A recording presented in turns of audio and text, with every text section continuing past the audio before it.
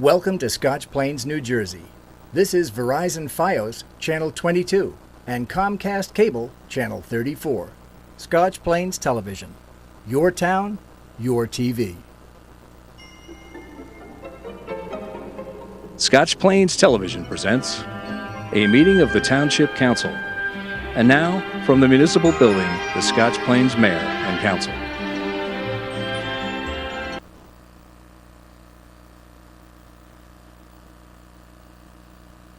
Council business meeting of December 17th, 2013. Ms. Lucina? I wish to make the following announcement to show compliance with the Open Public Meetings Act, known as Chapter 231 of the Public Laws of New Jersey, 1975.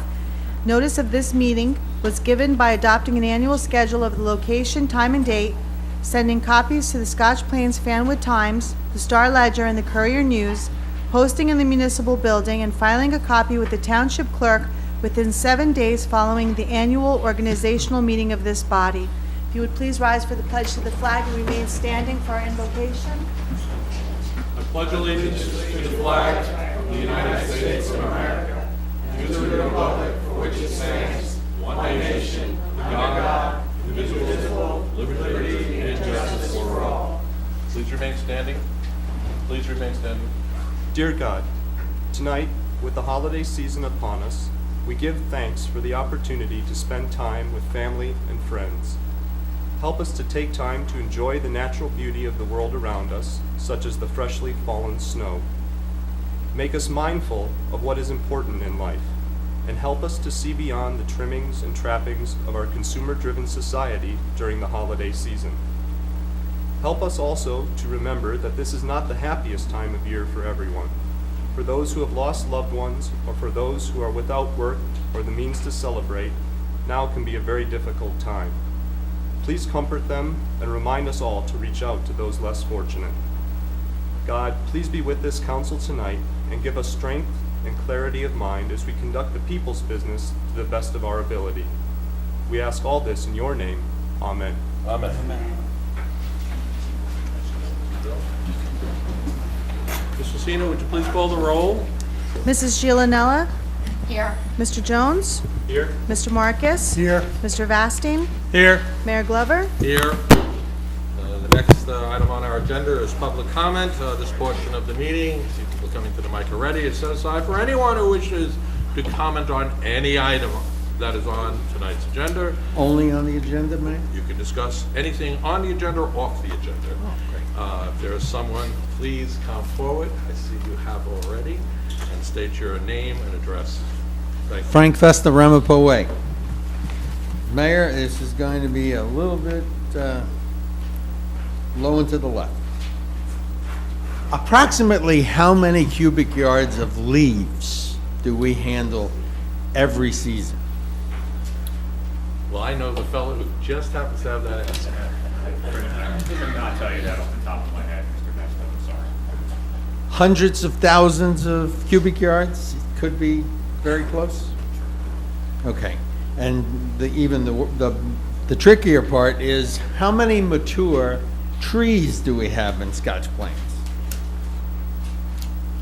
I just, off the top of my head, I don't know the answer. Maybe 100,000 mature trees? What I'm trying to get at is that we have an awful lot of leaves, and comparing us to a smaller municipality, which is close by, is kind of disingenuous. Do you think, Mayor? Okay. Senior housing. Do we have any vacancies at the senior housing? There are a small number of vacancies in the most recent report that I read, about 2 or 3. And the Terry Lou Zoo. It's nice and cleaned up. Is it possibly for sale? To the best of my knowledge, and I think I can speak on behalf of this council, it is not up for sale. But if there was an offer, would it be seriously considered? The council hasn't discussed this, and I don't want to suggest that we have, or that's even been a discussion we've entertained. Thank you, Mr. Thank you, Mayor.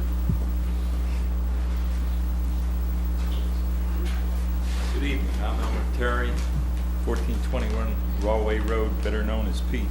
Mr. Mayor, Several council meetings ago, the council approved an architect to inspect the Shady Rest building and to recommend what immediate action had to be taken to preserve that historic building.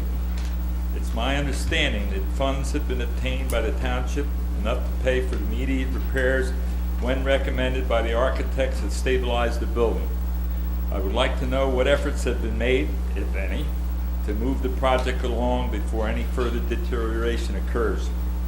It is my opinion that the project should be a preservation, not a historic restoration, as the historical significance of the building is the era of the 20s through the 40s, when it was the center of the African American society on the East Coast. The cost of preservation effort compared to an historic restoration would reduce the cost exponentially. Thank you. Thank you, Mr. Terry. I've had that discussion just recently with our manager, Mr. Giles. Would you? The study is underway and will be guided accordingly as the results come in. The study has begun. Mr. Giles, just so we could, if I may follow up on that. At our meeting, we did discuss the possibility of having the engineering study done sooner than later, the structural study, to see if we could get a roof on before the winter hits us full blast, which official date of winter is around the corner. It is one of the early things that we'll be looking at. Okay, just want to make sure. Okay, thank you. Thank you, Mr. Giles. Good evening. My name is Frank Gain. I live at 2407 Longfellow Avenue. I've emailed you all regarding a resolution for public burning, specifically focused around fire pits. And I missed the last couple of meetings. I understand it was tabled, and I'm here tonight to, again, ask for your support for adoption of that ordinance, particularly in consideration of the close proximity in my neighborhood as many others in the town, and inconsistency, being consistent with some of the other ordinances with public smoking in parks, etc. And asking you tonight where that resolution stands and if it will be taken back up for discussion or voted upon or modified as needed, or where it actually stands. It's been discussed a few times. Obviously, as I'm sure you're aware, the council had decided to table it, not take any action at this time. If they're interested, it's certainly up to them to request to be put on a future conference meeting. Need a microphone, Jerry. I'm sorry. That's okay. Why don't can we ever bring that microphone over here? This way you both have a microphone. That's better. It's been discussed a few times, and the council at the last meeting just decided to table it. No further action's been taken. If it is in their purview, they can bring it up at another conference meeting, invite the fire chief here again, and go over some of the recommended changes. I know there's been some back and forth between the fire chief, the building guy, and the attorney's office. So, where that stands right now is just, it's nowhere. The ordinance hasn't been passed, but if the council's interested, you can certainly bring it up at another conference meeting, and we can take another shot at it. So, I thank you for coming tonight and for your concerns, and those concerns are one of the reasons why this had been tabled. So it is, to the manager's point, it is not on the future agenda item at this point until we get more information. Okay. Thank you. Thank you for coming out tonight.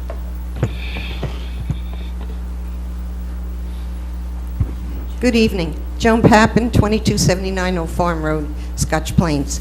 When you came in this evening, did you notice that little building standing by the entrance on Park Avenue as you came in? A new building that's up there?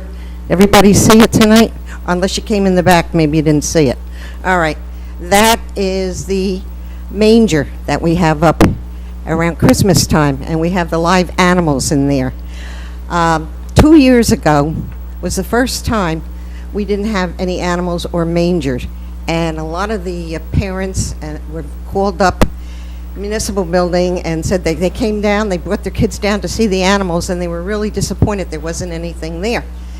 And years ago, when this town, didn't have so many houses, we did have a lot of animals around. But now we just have a few horses and there isn't anything else. So it's great for the kids to come down and see these animals. So what happened was, the way this started was many years ago, they used to have a manger there and they had statues inside. And the animals would kick over the statues and some of the people would run into the police department and say, quick, quick, you have to come out and pick up the statues. They all were kicked over by the animals. So the police were running in and out picking up statues. So anyway, what happened was, after a while, for some reason, they stopped with the manger. Then later on, when I got on council, I thought I really would like to start this up again. So when I was mayor, I got a lot of the employees, and I have to tell you, we have some wonderful employees that work for this town, and they donate a lot of their time, their spare time, and they help with a lot of things, and they helped me get this started again. The police chief then, at that time, Brian Mahoney, was a lieutenant. He did help. He helped a lot. The police helped. Bob LaCosta helped. Carmen Grasso from the Department of Public Works. We decided not to have statues though, so would be more room for the animals inside. So Carmen Grasso and I painted a silhouette on the back wall. It isn't the best painting in the world, but you get the idea from it. So anyhow, at least we had all the straw and everything for the animals. And there's a heater there for the water. It keeps the water from freezing if it gets too cold. Now, we got the animals last year. We started this again, and I got a lot of the people to help me with it, and we had to look for money for it because for some reason there was no money budgeted these last couple of years, and it always used to be budgeted. But I guess what's changing with the manager all the time, because I had to go through 2 managers last year to get this thing approved. So anyhow, we got this going, and we got volunteers to donate money. What I'm going to ask you is if any of you would like to donate, because we're still a little short, and we'd like to have some more money, and anybody in the audience or at home, if you want to donate towards this, just write a check to the Township of Scotch Plains, and somewhere on the check put for the Christmas manger, so it goes to the right account. The animals are scheduled to come in this Friday, and they will be here for about 10 days. They will stay until the Monday after Christmas. Now, I wasn't able to get an elephant for the Republicans, but I did get a miniature donkey for the Democrats. So we've got a cute little miniature donkey, and he was there last year, and he just loves people, and he loves the kids. So That's because everybody he's a come down and Democrat, see the Mrs. animals, Tappan. and please, all of you, do donate a little bit, okay? Thank you very much. I only have one question. Mr. John, are you aware of these arrangements? No, Okay.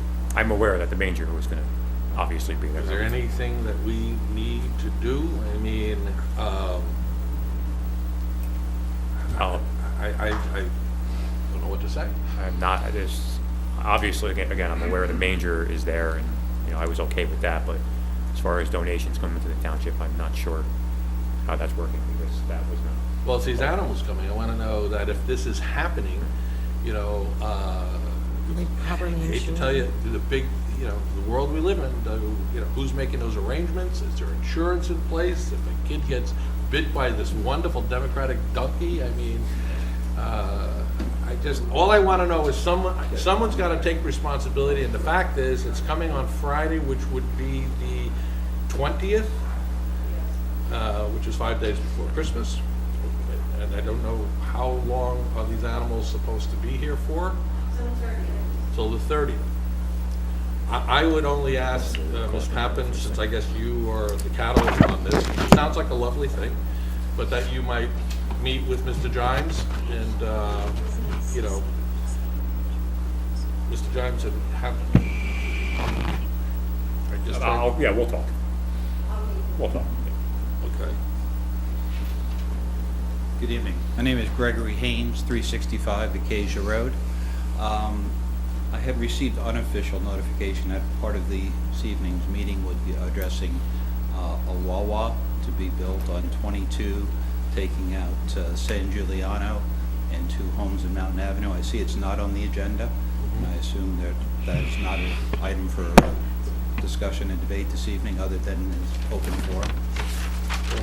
The council wouldn't be the forum for that. That would wind up, I guess, at the zoning board or the planning board. But, I've heard the surf, and I know we've all heard this, but I have heard no official At the same place. that this is going down and this is taking place. And that's not to say something's happening that we're not aware of, but this is a place for you to come and to express a concern, because it may be a reality, albeit I saw that you shared a little piece of paper, stop this Wawa from coming. So I don't know, any of my council I folks heard the aware? exact same thing, that tonight was the meeting and a forum to discuss that. I asked Mr. Gimes, and I have had no notification that that was going to occur at tonight's meeting, and I don't know where that necessarily originated. Now, I've received an email from several folks, or at least one in particular, that I forwarded to Mr. Giles, and I've asked him to, do a little homework here, do a little digging to find out, is there fire where there appears to be smoke? So we plan on doing that. Okay. Great, But thank you very for much. coming out.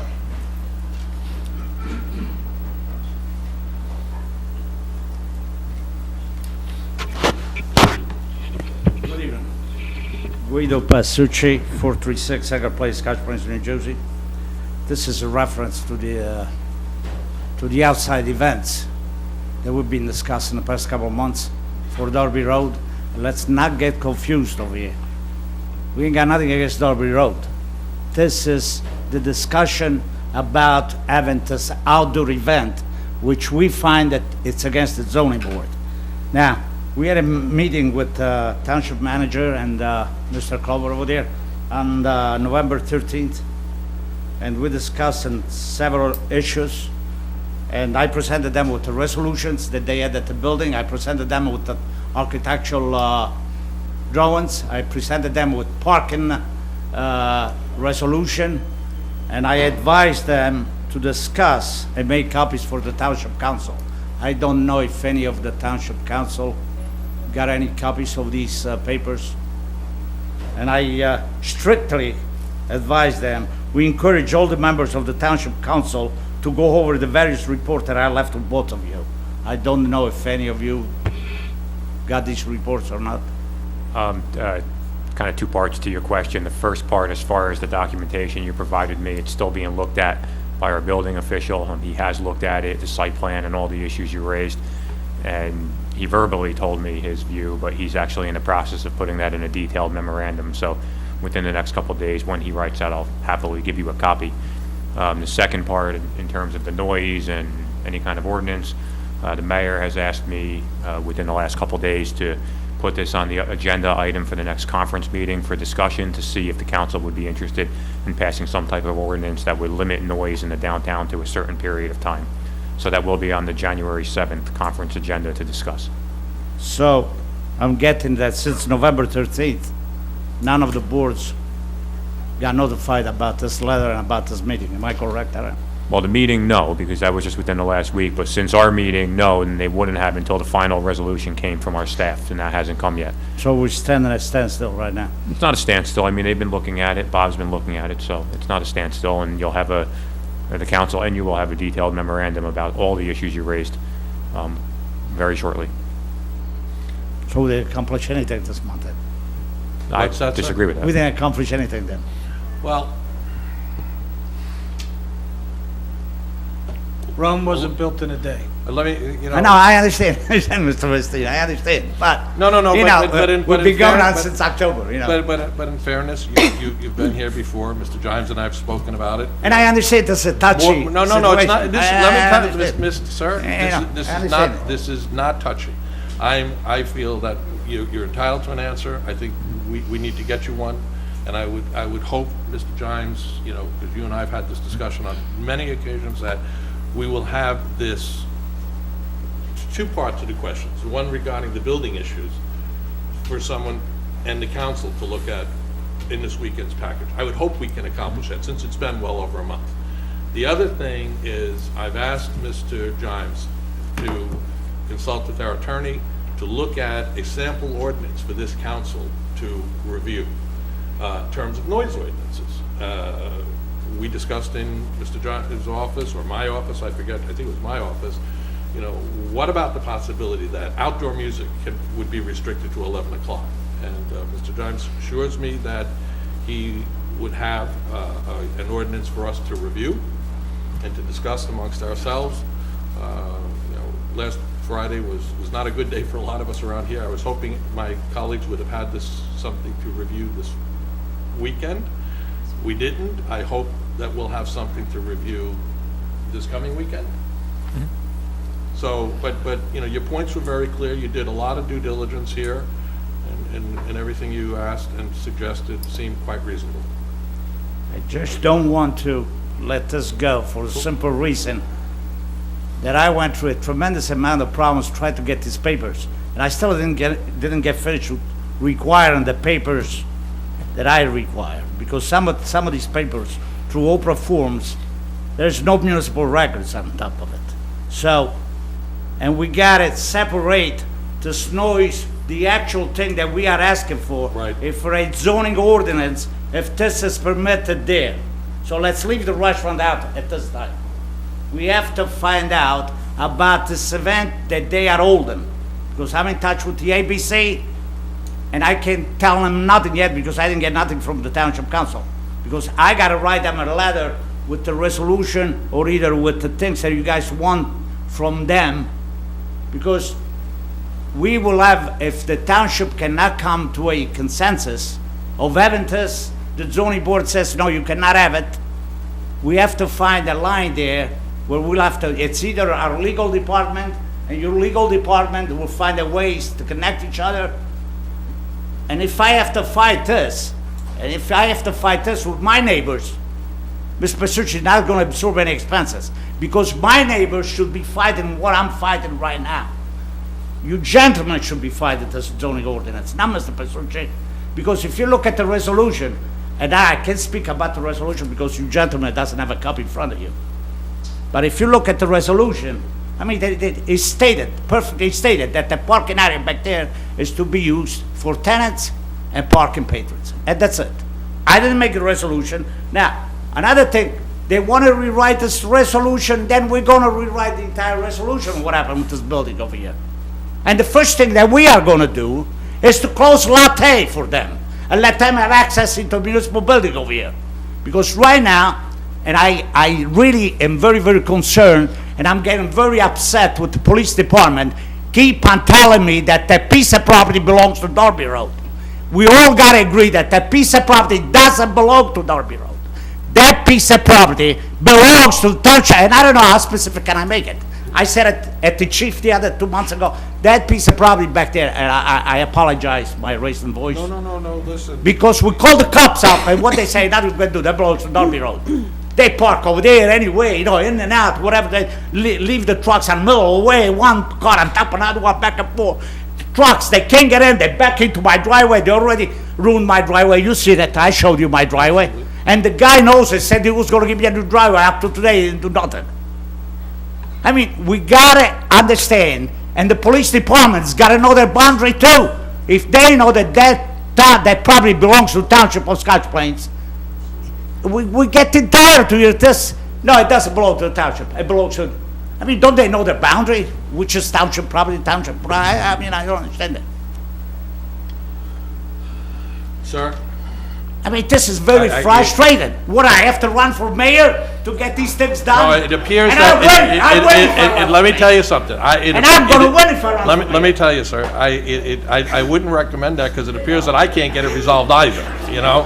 So maybe governor would get it done, but, you know, look, I allowed you to continue because you've done everything proper here. You've been civil, you've been thoughtful, you've invested your time, your money, you're asking for the answers, okay? You're entitled to have that. You know, this is vetted now in front of the whole council. I'm sure they will pursue this to get this resolved very quickly. It's taken too long.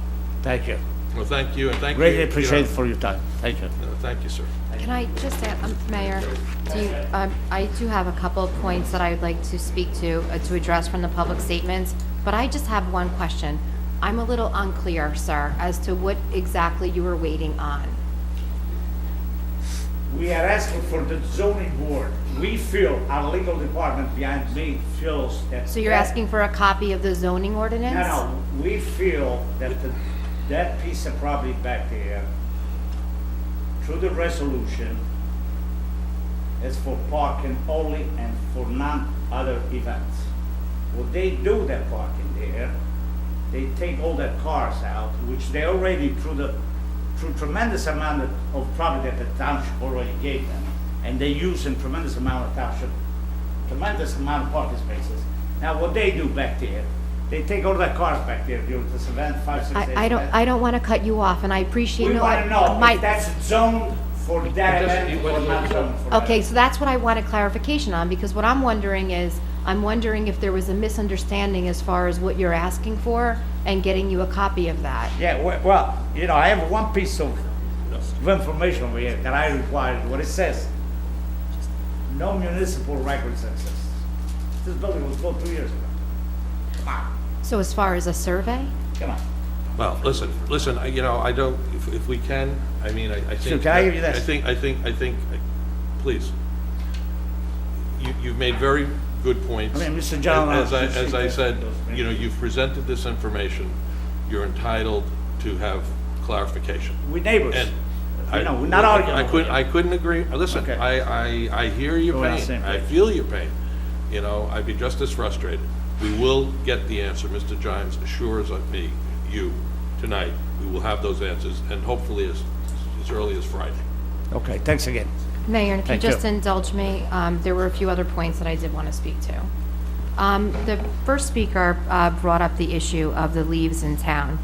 And I'm glad that you did, Mr. Festa, because I know that it is something that I've noticed on the town Facebook page, and I've noticed it in a couple other forums in the past few days, that people were feeling a little disappointed that there was snow falling on top of the leaves.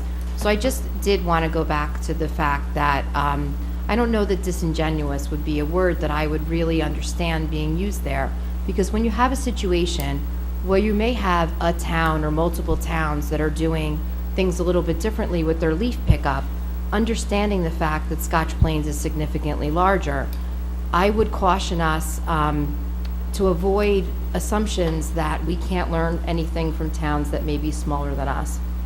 Obviously, things always have to be done to scale, but I don't want to end up with a philosophy that Scotch Plains can only look within its boundaries for ideas because other towns may be different than it, or smaller than it, or larger than it for that matter. I think we really can look around to our neighboring communities, and if they're achieving more success and doing a better job with services for their residents, that's really what we strive for, is to bring every possible opportunity into the township. I want to commend Mayor Pappen, and I really do appreciate some of the points that you mentioned tonight.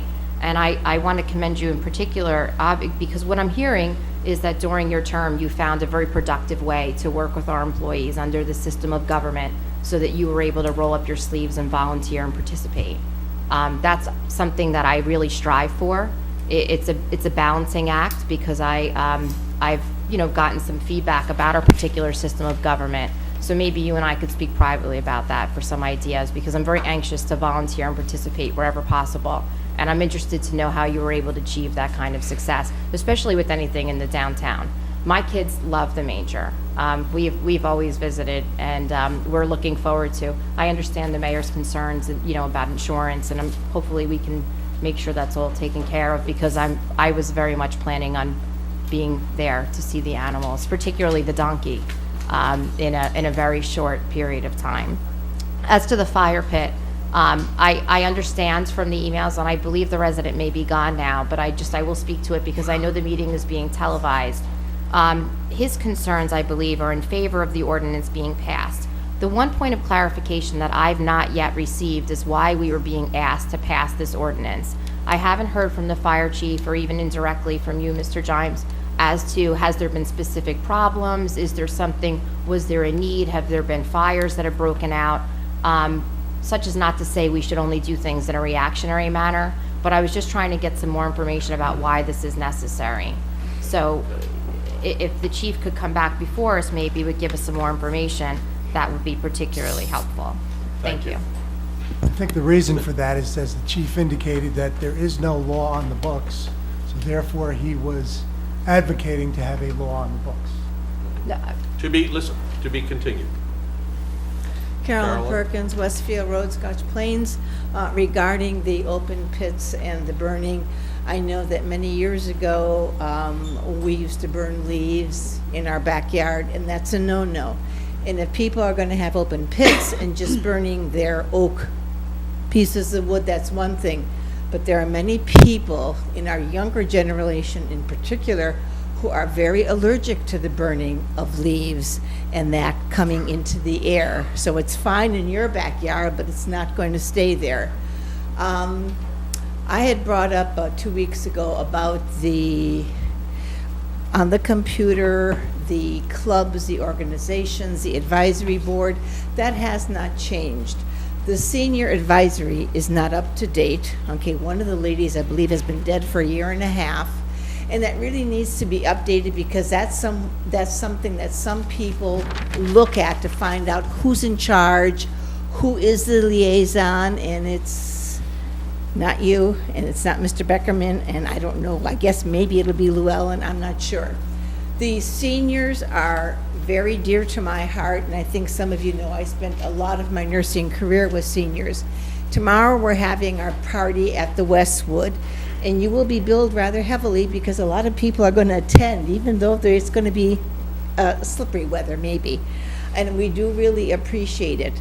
You all have to realize as you get older, you will be in our places, and I just wish someone could work together with the seniors to show them that they are appreciated a little more. They pay very high taxes. They have no children in the schools anymore. And for some of you who go out to work, I'm still able to drive around, do my thing, etc. But for some people, going out once a week to the Scotch Hills Country Club is a day out for the week, and they look forward to that.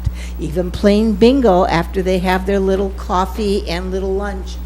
As you get older, you will realize your lives change. And for many of these people, their days are very, very, very long and lonely. So think about that. And I thank you, Llewellyn, for your invocation. That was wonderful, because there are many people who are alone and who do not have someone. Thank you. Thank you very much for your comments. Just one final point. I've had Mr. Gimes put on our first conference meeting an item called communications, and it plays exactly to that. You know, we need to have information on the website, on the TV, on the radio that is up to date, it's current and useful. So to be continued. It's personal with me that because we have the tools. Now we just got to use them. Okay, seeing nobody else coming to the mic, I'm going to close the public hearing. I'd like to move along. We want to just acknowledge some presentations of recognitions, some resolutions that will be issued at special events for to be Eagles, or was awarded Eagle Scout for Antonio Spadoro, and coming, I believe, on the 21st, the new of our Eagle Scouts will be Stephen Deduct and Grant Brown. And congratulations to both of them on that wonderful achievement, and to all three of them for that matter. Next item on our agenda is the approval of our council minutes. Do I have a motion to approve the minutes of November 12th, 2013? Yes, Mayor, I'd like to move the minutes, move for the approval of the minutes for the meeting November 12th, 2013. Is there a second? Second. Thank you, Mr. Councilman Vestine. All in favor? Aye. Next item on our agenda is the manager's report. Mr. Giles, feel free to comment on any of those, customer complaints. Well, we kind of touched on the noise one for the next conference meeting, that you will be asked to discuss a noise ordinance. I'm in the process of obtaining some samples from different towns, one town in particular that did something similar that could address the problem if you so chose. When I get that, I'll forward it over to legal, and we'll go from there at the conference agenda item. Most of what I have is really related to the agenda item, so the few things I do have, I want to address some of the issues that came up at the last meeting. With respect to a property on Westfield and Westfield, which the Deputy Mayor had mentioned a few times, I did ask the construction official to look into that, and I have, the attorney's aware of it with this email that we got. There's really nothing really new to report other than it meets the minimum standards, the grass is cut, the sidewalks are shoveled in the winter, the taxes are up to date, and as long as it meets the minimum safety standards, there's very little that the town can do. From a practical matter, I mean, if Judy wants to touch on that, she's certainly entitled to, but, that's really just the best we can come up with. I mean, I know it's not the answer that we may be looking for in terms of, taking a property and doing something with it, but just there really is no practical solution as long as our licensed professionals say that it meets the minimum safety standards, But who determines the minimum safety standards? That was, I think the follow-up question. So now that we clearly don't have anything, it's right there. It's right not in the center of our town, but it's very centrally located. It's a determination made by Mr. LaCosta, who's licensed to look at all these things. And is that an issue that the council can ever work with him to create a different set of standards? State statute. Yeah, I think it's minimum standards that are created by the state, and that's what he's guided by. And this isn't unfortunately, this is not an unusual situation. Many towns grapple with this with respect to permits that are taken out. Construction is started, not completed, and it stands in some cases for years and years and years and years until a new developer or a new owner comes in and completes the building. But as long as it complies, as Mr. Jimes has said, as long as it complies with your property maintenance standards and your construction official says it complies with the state code with respect to safety issues, then the council really has, unfortunately, no control over that. But this is the piece that I'm really struggling to understand, and I'm sorry that I've been repetitive. But the role of the council at times is to create ordinances that serve the residents of Scotch Plains and meet the needs in the local level. We can never undo something that's done at the state level, but we do have opportunities where it's appropriate to create more law, essentially, to create an ordinance. I mean, this is not something where, a bathroom hasn't been finished or the siding isn't completed. There's a foundation without a house on it. There's a big hole in the ground. And I see what we're talking about as far as fencing, but I'm just not convinced that it's not a safety concern or that quite frankly, I don't see how there's not infestation in that structure. So, as I've asked a couple times, and has the health department been out there? Is there an avenue there? Yeah, those are some factual issues that I don't know the answer to. So the reports that have been given to me are that, again, the state that it's in is currently compliant with any safety standards. But I haven't seen it. I don't know about the Board of Health issues. I don't know about infestation issues. I don't know if anybody's looked at that. I'm not aware if the health has looked at it, but we can certainly ask the health department to go out there and take a look. Not going to claim to be a health person, but I'm certainly not, but I've walked it myself a couple of times because I've probably run by it every day. So a few times I actually stop and look at it and, nothing jumps out at me. Aside from the fact that it's an eyesore, that certainly jumps out at me. And I'm not suggesting, that I have knowledge that there is infestation there, but I'm just saying when you have, it is that time of year, we have a structure in the ground, it's not closed off. So that's what I guess my follow-up question is, and as you said, we've been discussing this for a number of weeks now. Do we have an opportunity to do something as a council that even if we couldn't address this particular property because it would be grandfathered by when it was built or whatever, but would help prevent from future reoccurrences? We talk about, it's ironic to me because we talk about developments like Hidden Meadows where we can't pick up the leaves because that's still under construction, but then you have something like this that's just it just seems like a contradiction. So that's really what I'm asking is if there's not a plan currently in place, can we help to create one at least to avoid future?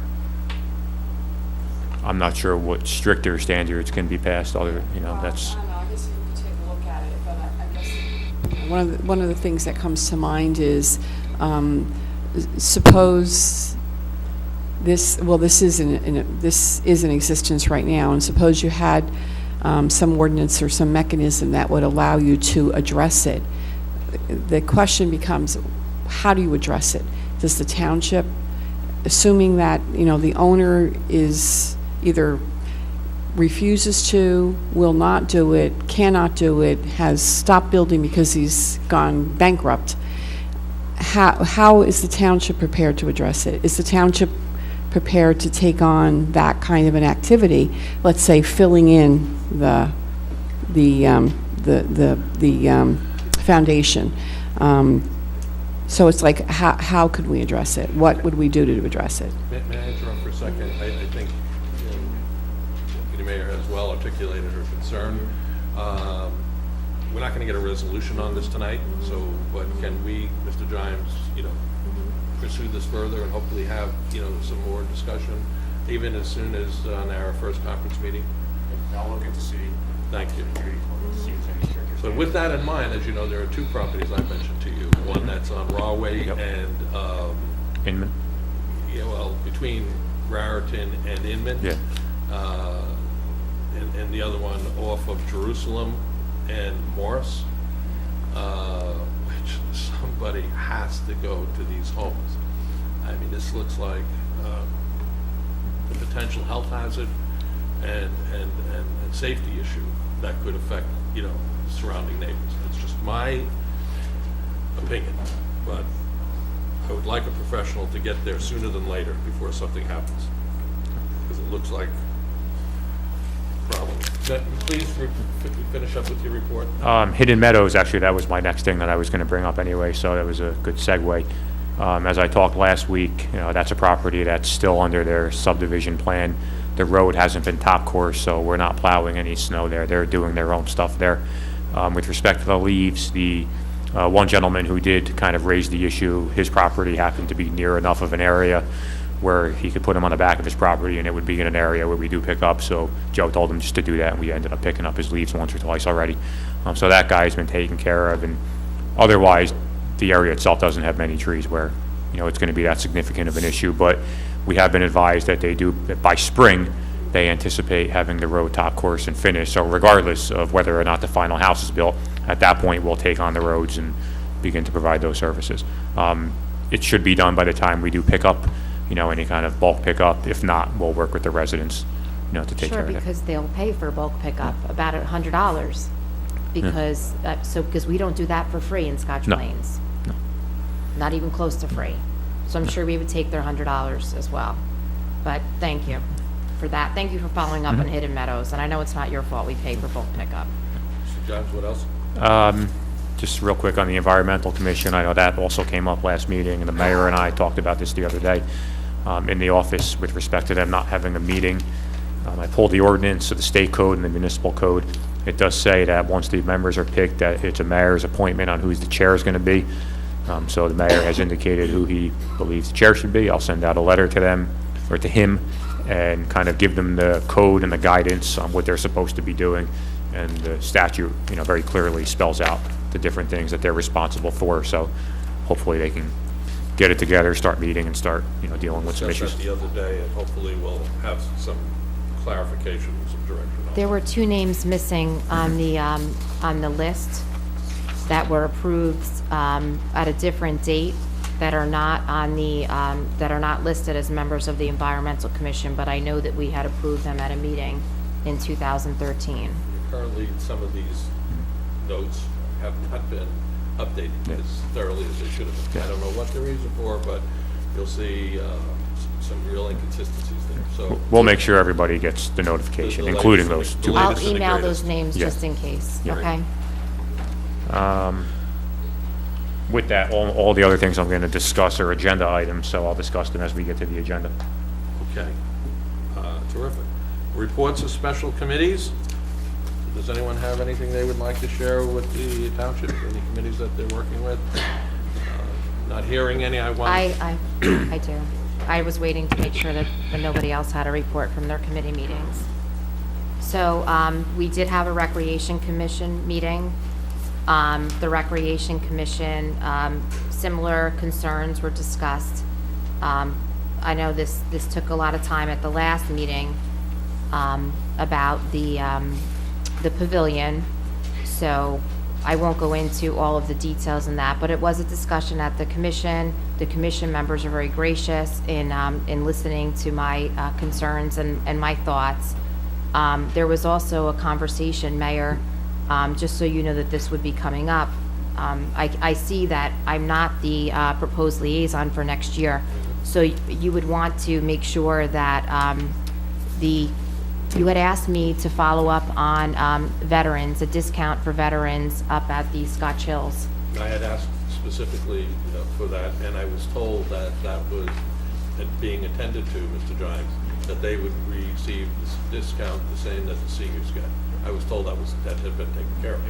So that would be that will be a follow-up as far as when they do the fee structure. So I won't be there as the liaison. So I just wanted to make sure that you know. I thought we resolved that, and that, for, next season, that our veterans, were able to take full advantage of that discount. Yeah, I believe that was a follow-up. There was a question that came up, or a discussion that came up, that was new to me, that there was some question about fees at the parks pertaining to barbecues because they have the fire there and the need for fire inspection.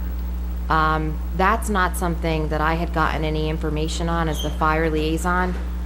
Information tends not to flow very well to me as the liaison to the fire department, and I would be more than happy to report on these issues to members of the council. So if there's a formal way that we can set up those meetings, that I'm happy to do that, but I would have liked to, having that dual role, I would have liked to have some information, prior to the discussion at the Recreation Commission meeting, because I would have liked to have been able to help with some of the background to that. There was a lengthy discussion as far as goals for the Recreation Commission for next year. It was a very, very productive meeting, and as always, I enjoyed my time with the members of the commission, and I find the work that they're doing to be very inspiring and really beneficial to the community. But again, one of the issues that did come up was the Terry Lou Zoo. And I think that the commission is really looking for some direction as far as what the council is looking to do with that property as they begin as they continue their budget preparations for 2013, 2014, because, if they need to budget for it, it seems that there's a willingness to do so, but just a concern that there's not necessarily a clear sense of direction as to what we as a council anticipate happening with that property. Just so you know, that's going to be another conference meeting that Mr. Giles and I have spoken about, sooner than later, as we establish our next council after our reorganization. Because I think we all would like to see some action take place there. But anyway, to be continued on that. I also did follow up, just voicing my concerns again based on the presentation that Mr. Porio brought forth at the last meeting about the vandalism in the parks. And I just want to reiterate that again. I found it very unsettling based on in particular, the bias language. I was so taken back by that, and I know you saw my email. I copied you on my email to the police chief and to the recreation director. I'm just hoping moving forward when we talk about our budget for 2014, since this obviously is a very significant concern.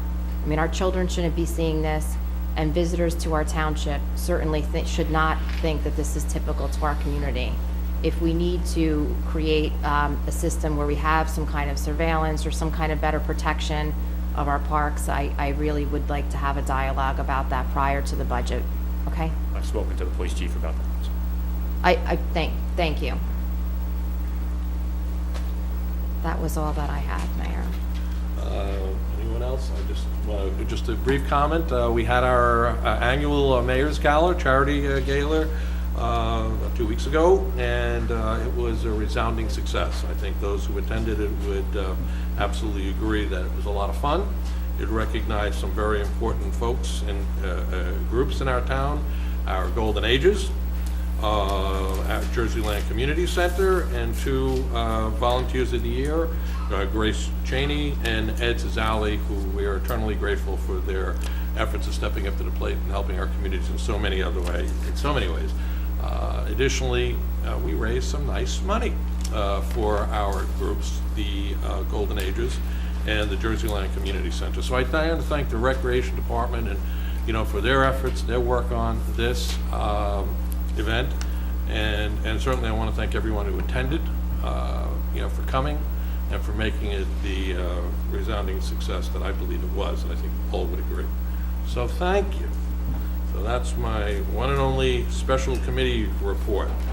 Next item is our new business consent agenda. Do I have a motion to move the new business consent agenda? Yes, Mayor, I'd like to move the new business consent agenda, items number 5 through items number 12. Thank you. Is there a second? Second. Mr. Giants, you want to just quickly take us through that, and if someone has a question, we'll go to last. Sure. Brevity is the essence of success. I think a lot of it's self-explanatory. Absolutely. 198 is the maintenance contract, which we are renewing. We're satisfied with the services we've been getting. It's been getting better significantly over the last couple of months, so we're recommending renewing that. The 199 is simply extending the grant because the Municipal Alliance Committee on the state level is transitioning to a fiscal year cycle. 200 is a settlement of a tax appeal. You're familiar with those. 201 is transferring funds, not uncommon for the end of the year. This will be the last time you're being asked to do that, obviously, because it's the last meeting. 202, 203, and 204 are based on the conference agenda from last meeting, where we're renewing our health, our prescription, and our membership in the Suburban Joint Insurance Fund based on the recommendations of the agents that were here making that presentation. And 205 is the purchase of an item, a police vehicle that was approved in a prior capital bond ordinance. It's being purchased off the Cranford Co-op, which eliminates the need for competitive bidding because the bidding has already occurred for that vehicle. Thank you, Mr. Giants. Ms. Lucina? I have a few questions. Okay. Just as a point of clarification for me, and I understand that this is the existing janitorial service firm, but did we issue an RFP? That was a bid that went out Okay. a year or so ago, probably.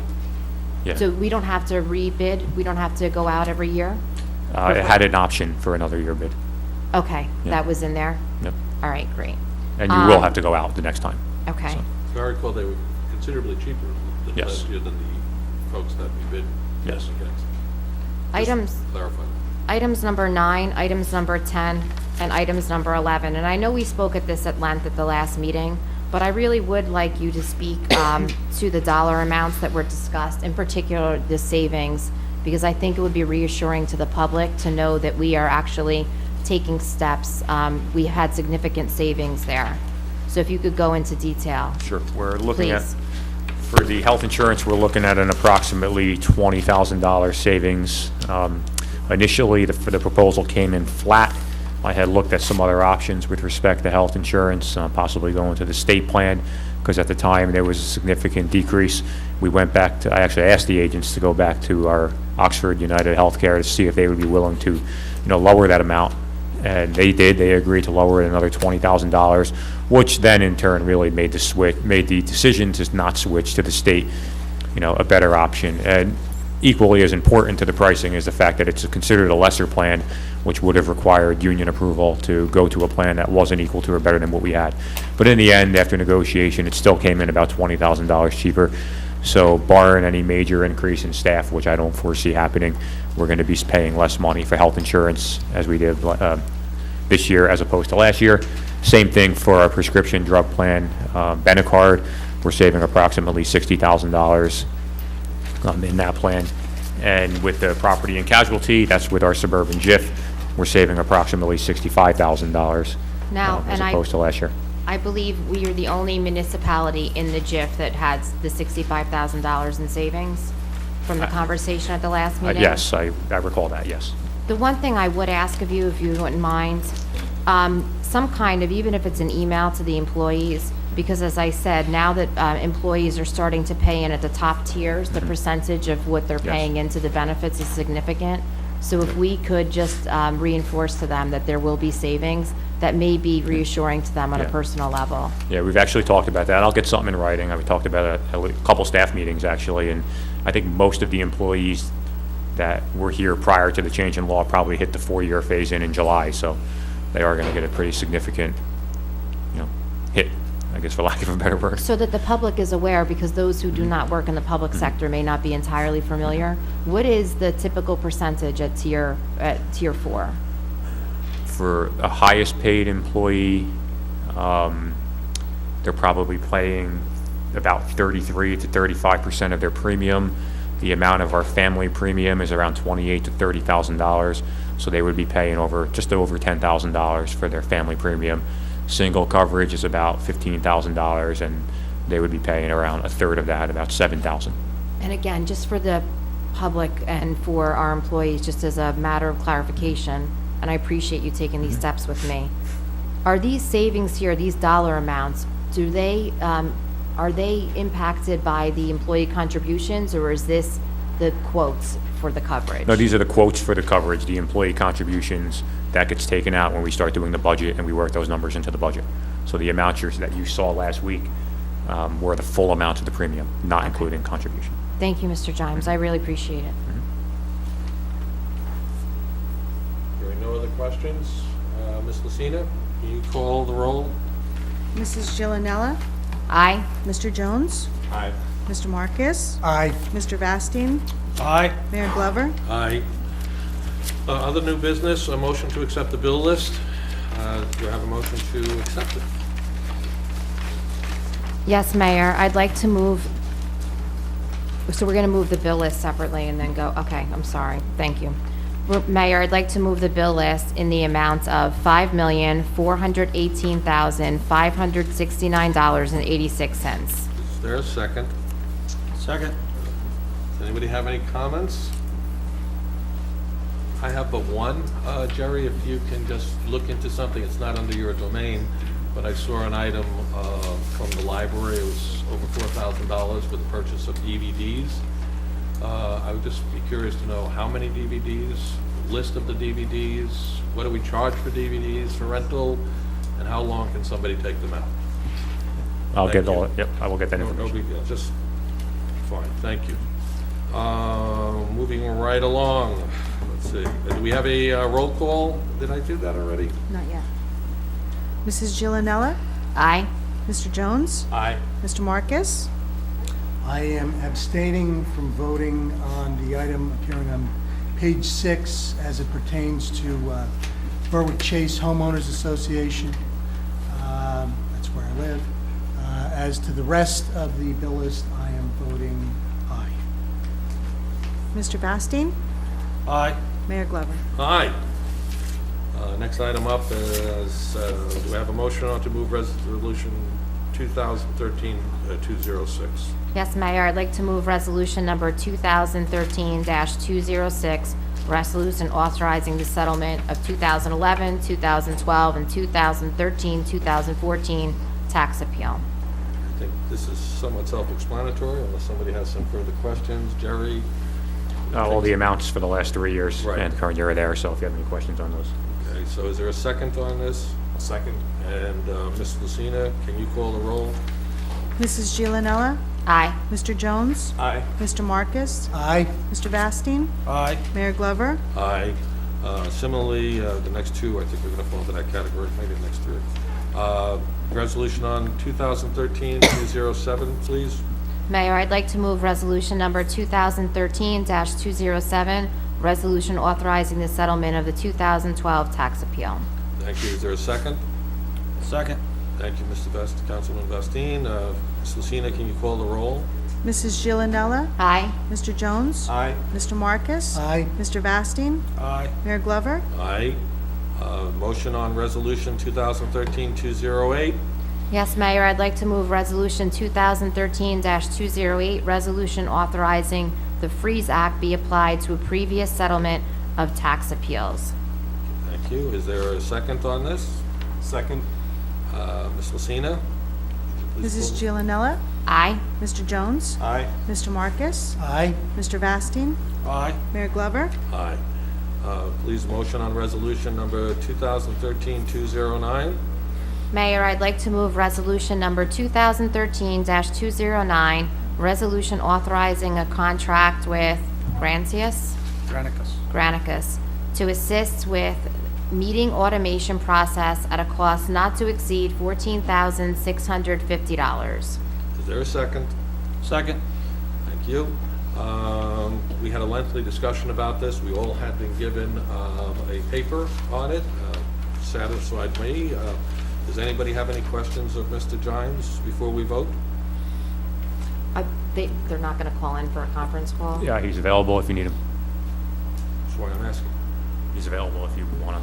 I didn't know we were doing that. Well, the deputy mayor had asked, and I called him. He said he's by the phone, so if anybody wants, we can use the phone to call. I think it would be helpful. I think it's particularly helpful for the public to understand what we just spent $14,000 on and how it benefits the township and how it makes things more productive. Will it work from that phone? That one would probably be better. Okay. I'll write the number down and give it to you. I would like to have known about this. I think the rest of us might have in advance as well. But so be it.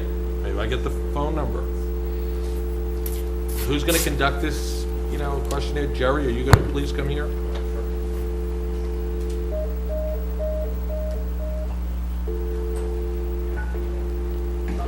I guess 9-1, right? I don't know if it went through, Jerry. 9130147 2515. Mr. Giles, you're up. Thank you very much.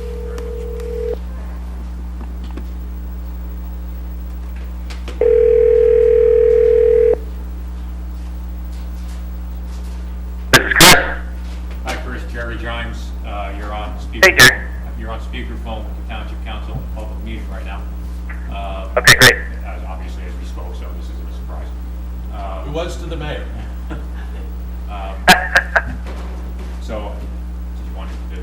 Yeah, I just wanted, for the sake of the public, for the sake of the viewing public, and really to help us understand too how this is going to be beneficial or how this could be beneficial, prior to our vote. Mr. Giles, I know, gave us a very detailed explanation, but I'm interested in hearing from you what separates your company and how this can be particularly valuable for Scotch Plains. Yeah, sure. So what separates Granicus is really the fact that our service is used by over 1,000 governments. That's state, local, federal, and Canadian clients. Are you guys still there? Did I lose you? Yeah, no, we're here. We're listening. Okay. And then you've got the fact that the idea behind this software is to allow the community to go from a paper-based process that uses a lot of employee time to smart software that allows for that time to be used elsewhere, because the software gives you the capability to take some of those administrative tasks that are done over and over again and do them once. Okay. And as far as delivery, if the information would be received on the council side, how?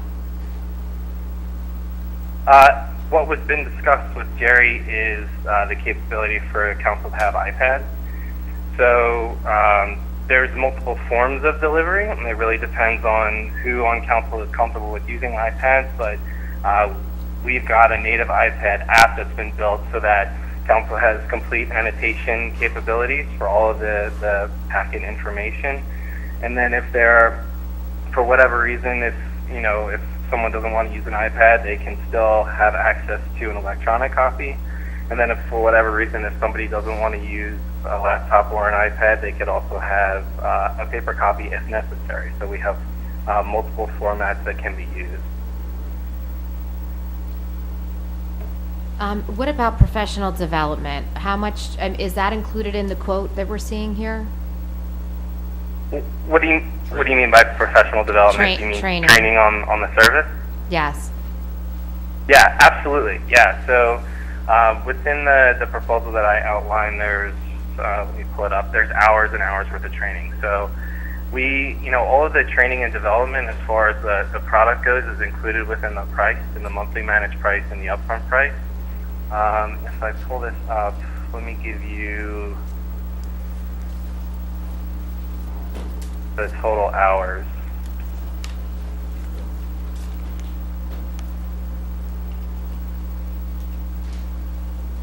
Yeah, so you're looking at, you're going to have training for council, you're going to have training for the departmental level folks who are putting in the requests for the agenda items. You're going to have training for any part of the executive team that needs to do an approval on an item, and you're also going to have training for the clerk who's going to be managing a lot of the putting together of agendas and organizing from a formatting perspective. Now, our clerk is, as always, very gracious and has never had any complaints, but I happened to notice the last time I was in her office that some of her computers look just a few years younger than I am. Is that potentially an issue? Or do we have what we need here to make this successful on our ends as well? Yeah, so our service is cloud-based. That means it's accessible over the internet. So there are some requirements that we have as far as the version browsers that you'll be able to use for the service, which I can send over if that's a question. I've actually looked at some of those, and from a technical standpoint, we can update the browser in basic minutes. Then as a follow-up question that I would have too, especially because we do have a number of residents in attendance tonight, how does this process or how does this service help the public as far as document availability? Yeah, that's a really great question. So, as much work that is going into this internally as far as departmental requests going in, approvals going through, different versions of resolutions or ordinances being written as these different items are being discussed, the citizens have the capability to see all of that. So there'll be a citizen-facing site, which we call an insight page, and citizens will have the capability to go up to that site to look at current agendas, to look at the full history of a legislative item, so they can see, if that item started in the Planning and Zoning Board, and see what happened within the Planning and Zoning Board, and then maybe it's moved up to Town Council. Then they can see what's happened within the Town Council. And what's also been discussed with Jerry and I sometime down the line is the capability of incorporating video into all of this. So the big idea of this moving forward, into years to come, is to be able to incorporate video into all this. So as a citizen, when I click on, let's say I'm interested in what council voted on, I can click on that vote and I can actually watch the vote occur and watch people, like we're talking about right now, watch what's been discussed in accordance with that vote. I really appreciate the information. I realize this may be a bit unusual, but this is it's a big step for the township, and I just wanted to make sure that we had all the information available. My last question, and I don't know if other members of the councils have questions as well, is the $14,650. Would that fee be anticipated as an annual amount, or is that associated with startup costs? Yeah, so that's the startup cost. There is a monthly managed fee. Once the town is ready to use the service, there's a monthly managed fee of $800, I believe it was, in the report. Yep, that's right. Yeah, 809. Yep. Okay. Which seemed to be very advantageous over the alternative, Mr. Giles? I think on many levels. No, I'm just cost-wise. Yes, well, yeah, there's a balance. With this one, you're paying significantly less in a monthly fee, but you're paying a higher upfront fee. But So in the end, you kind of, but it clearly, has a payback compared to the other one a whole lot sooner. 100%. What's the implementation time frame? That's a great question. So it really, we've put some goals in place for Scotch Plains to have the service ready to use by May. It's really going to depend upon, employee schedules internally and making sure that people are available, but we typically have a 4 to 6 month time frame for training and implementation. Chris is fully aware that we're interested. Is that Chris? Yes, correct. Love to hear it. Thank you so much. That's all the questions that I had. Anybody else have any questions? What's his last name? Dodge. As the car. Mr. Dodge, thank you for your indulgence tonight. Thank you, sir. Have a good evening. Yeah, thank you guys very much. Where's 301 again? I'm sorry? Where's area code 301? I live in Frederick, Maryland, but I grew up. Okay, that's what I don't know why I didn't remember that. 301. Okay. Yeah. Thank you, Mr. Dodge. Bye-bye. No problem. Turns out his family's in Westfield. He grew up in Westfield, is what he was about to say. Can't make this stuff up, right? All right, so we've had a motion, we've had a second, we've had some discussion, or we haven't really had much discussion. We've had. I actually did have some things that I wanted to say, if you didn't mind, as far as discussion on this item. No. I just wanted to commend you, Jerry, and really thank you. This is something that I know a number of members of the council, Councilman Bastine, and some of the others, including myself, have felt very passionately about. As you can see, there is a lot of paper in front of me, and to refer back to notes that you've taken in multiple places and to try to bring information from more than one meeting, it becomes almost impossible when you really see the crates of information that pile up, in our homes. I do believe this will allow us to be very informed as we serve the public, and I thank you, because I think it's a tremendous step. And as far as that $800 a month, I have to say that what I really think is important for the public to understand is that currently our Friday packets are being delivered by the assistant engineer. I would imagine that if we really broke down the salary involved in 4 weeks of delivery, the increased cost, if any, would be negligible. I think that this definitely behooves us, and I think that increased accessibility for the public is also tremendous, and I like that you're in front of the video conferencing. Yep. Thank you. With that, does anybody else have a question? Can we call the roll? Mrs. Giulianella? Aye. Mr. Jones? Aye. Mr. Marcus? Aye. Mr. Vastine? Aye. Mayor Glover? Aye. Do I have a motion to move Resolution 2013-210? Yes, Mayor, I'd like to move resolution number 2013-210, resolution authorizing the township to increase the awarded contract to Allied Oil LLC for the purpose of gasoline from the Morris County Cooperating Pricing Council in an amount not to exceed $40,000. Is there a second? Second. Jerry, do you want to have any comments here? Sure. That's a typo. It should be Cooperative Pricing Council, but other than that, we just increased the amount. We try to budget as best we can early in the year, and we had exceeded costs, so we don't have to go out to bid for this because it is a co-op contract, and it's already been competitively bid. So we're utilizing that contract. Anybody have any further questions of Mr. Gimes?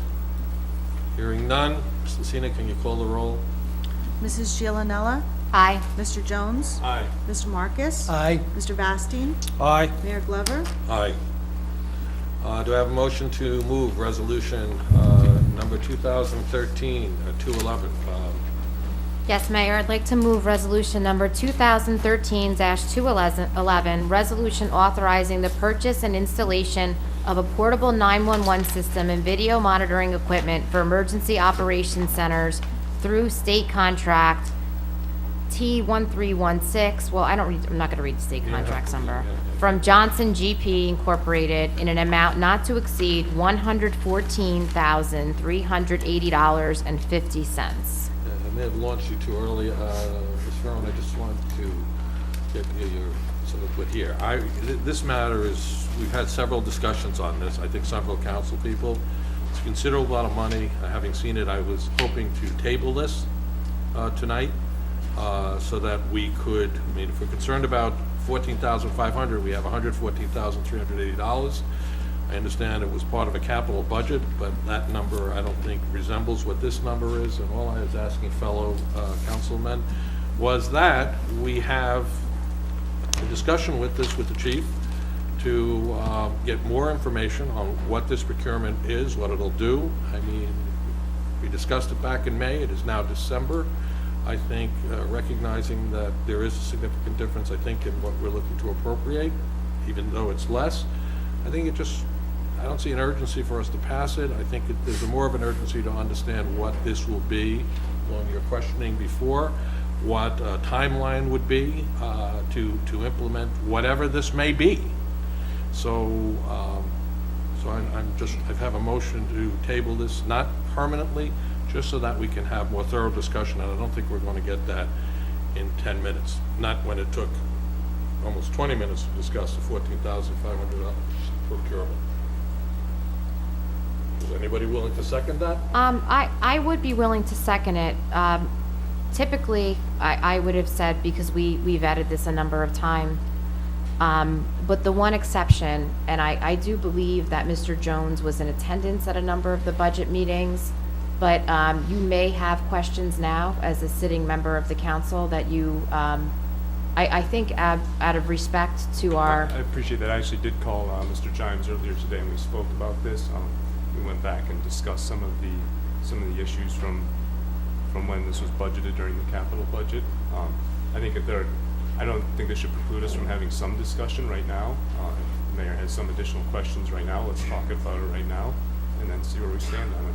Yeah, it comes back to what number were we talking about in the capital budget? I thought the number was almost, $50,000 higher. The total dollar amount that was budgeted for these type of items was $175,000. Part of, and this is being budgeted for 114. The remaining 60 some odd thousand or whatever it is, less 175, is for other upgrades to the 911 center, which we're working on. Just haven't been ready to purchase yet. And one of the, and I'm not clear, because I believe I've seen this proposal in some form or fashion in the past with prior management, and I'm sorry, point of order. What's that? There was a motion. There was a motion, I think. Did you actually second the motion? Well, I second it with, I second the mayor's motion to table it, yes. Does that satisfy you? No, we need a vote. We need a vote to table or not We can do table. that. Mrs. Giovanella? Can I ask a question first? Is that okay? Does tabling this motion, is there an urgency or an emergent need for the purchase? No, I wouldn't say it's an emergency. Okay, so tabling it would, all right. That's my reason, Deputy Mayor, for tabling. I think it's a lot of money. There's no urgency here, okay? I understand we haven't, and I want this verified. We've discussed this, Mr. Johns, that we haven't spent. I'm sorry, but point of anything on order. this. Either we vote, All right, or we all have our say, but we can't Please. keep Let's having go- your excuse me, oration excuse me. about Okay, this let's go and have a ongoing. vote on the tabling of it then, Mr. Vastine. Can I just interject? I'm sorry and I apologize, but Well, let's try to do something, and I do want you to your feedback. Certainly you and I have spoken about this. Don't want to violate our Roberts Rules of Order, so I don't want to upset anybody at this dais. There you go, and then you we'll can't discuss the motion to table? No? You can always bring up a motion to table it after the discussion of the actual resolution. So then at this. So if you table it, we don't go forward with it, we do it another day. If we deny the motion to table, we have the conversation or discussion about the resolution itself, you can still bring up a motion to table it after that without having to vote on it. Well, for simplification purposes, and I'm just throwing this out there, would it be possible to withdraw the motion to table, have a discussion, and then if we need to table it, we decide to table it? I really, Is that if that's possible, yeah, I can withdraw my motion to table. As I said, this is just wanting full transparency. We just spent 20 minutes talking about a $14,600 procurement. This is $150,000, $15,000. What was originally proposed was $50,000 higher. No one's talking about killing this, we're talking about better understanding it in the presence of the person who's making the request for procurement. That's all this is. This is not to say we should or should not do it, it's just knowledge is power. So I will make a motion to withdraw my tabling, Deputy Mayor. I don't know what your position on that would be. I don't You know. don't I- need to, you just say I withdraw my motion. Thank you to our parliamentarian on the dais. So It helps to know the rules. it helps to know the rules. It helps to be courteous too. So with that, we've had a second, if I'm not mistaken. We have a second? No, we're going back to the resolution, right? We're going to introduce the resolution, we're going to have a second, and we're going to have a discussion. We did not have a second. I moved That's what I the said, original we needed a resolution. second. I'll second. Thank you. I'll So second. let's, helps to know the rules. So now that we've had the motion, we've had a second, is there some discussion? I've shared mine, I'm not going to keep you to 11 o'clock to go on further. Does anyone else have any thoughts? Do they agree or disagree? I would like to make some comments. Certainly welcome. I believe this is now the third time, if not minimum third time, that we've discussed this. What this really is that after Sandy, we realized that we did not have the facilities to deal with an emergency situation in the event of lost power, in the event of having to have a kind of a command center, operations center here in the building. At the time, the discussion that took place was that we had a room in the basement that the previous emergency management coordinator had set aside as a command or operations center, but nothing had ever been done down there.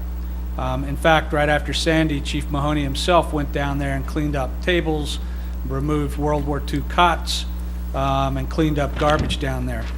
So as he is now the emergency management coordinator, he came to us with a plan to outfit the room downstairs to become an emergency operations system, which would have the generator power, because as you might have recall, the upstairs of the addition of the building was not on the generator, but the downstairs room was.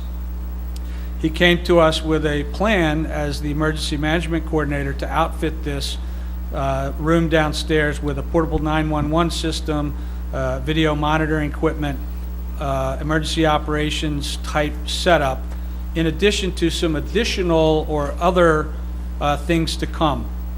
We voted in the budget process to appropriate $170,000 to this plan as part of our capital budget. As I understand this, he's putting forward a part of that plan tonight in the form of this resolution, but we've already approved this. We've already approved the plan, we've already approved the purchases, we've already approved what he has said he wanted to do for our emergency operations center downstairs. In essence, what we are doing is basically saying, hey, look, you seem to have gone out and found a vendor, you've done your due diligence, and we now are being presented with, this is your findings, this is the bill. With all of the talk, quite frankly, of the anniversary of Sandy and our response to Sandy that I heard from this dais, and with the rush, even prior to being sworn into office, to acquire an AM radio station that only covers 3 of 9 miles in our town, for us to question the chief of police / emergency management coordinator on the outfitting and procurement of equipment and systems to set up our emergency operations center so that we never have another Sandy, I think is dumbfounding to me. I think that this is something that needs to be done. Nobody anticipated the week before Sandy that we would need something like this, and therefore there was never a sense of emergency or sense of urgency. We've approved this plan, and now it's being executed upon. I'm not sure why the pushback at this moment. Thank you. Thank you for your comments. Would someone else like to comment? Because I certainly Have commented enough. I've certainly heard some comments from you that are consistent with not having all the facts, but go ahead, if someone else. Look, I understand the pros and cons of doing this. And when I looked into the matter, quite frankly, I spoke to Mr. Chimes, and I referred back to my 2013 capital budget requests, and there it is. So, you know, it is true that we've discussed it, and we did approve it. And I have, you know, I can't imagine that I would not support moving forward with the capital improvement that we've already given approval for. I will say that I think that a better approach would be to provide some type of backup information on this purchase for this resolution, because quite frankly, all that we have in front of us is just a resolution which simply states that this purchase is going to be made. I think it would be helpful just to have a little more information than that, rather than to just move it forward. If there's some way we can do that before we leave here tonight, I would love to be able to do that. If we can't, then, look, I understand the reasoning for a discussion about it. So, you know, again, we're not just here just to move things along. I mean, I think in fairness, it is the proper thing to do, although I think we need to make this approval, but it would help to have a little more information. So that's how I feel about it. I have to say that I really do agree with Councilman Marcus. I understand your points, and I'm glad that we're capable of really looking back and learning from some of the issues that came out in the past. The one question that I would have is it's December 17th. You know, typically, and I don't know anything about these companies, I don't know that much business is done in the week of Christmas. And the next time we meet will be right after the holiday. So I don't to your point, you know, we never could anticipate an emergency, but I don't know if we can't get some information, the backup information on this, how it would be potentially detrimental to the township to not hold off. I mean, we're really talking about right after Christmas, and like I said, I don't anticipate this really, the arrival of a portable 911 system on Santa's sleigh. So it's just something that I would support. Just a desire. I know that it's very helpful for the public when we see dollar amounts, $114,000, to really understand, have a very thorough, detailed access to the information as to what we're spending that money on. I am in support of it. Is there any way that there is any backup information available? I mean, I could get you vendor information from the state contract to get you an exact idea, but that stuff's not online. And so you and it's I not like- discussed this, yeah. I mean, you were very helpful Yeah. so, you know, to your credit, anytime we have questions about anything on the agenda, I know that you are helpful, but I've said this in the past, and I would reiterate this point. And I know we've discussed this in the past. I'm not disagreeing with that point.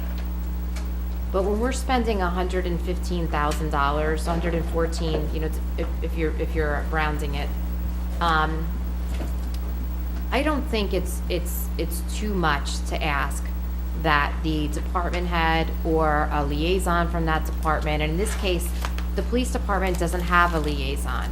I appreciate by the depth of your comments here tonight, that you must have, had some discussion with our chief. But under our system of government, the way that really would go down is that we would have a conversation if we were the liaison with the department, with that department head, or typically with our manager.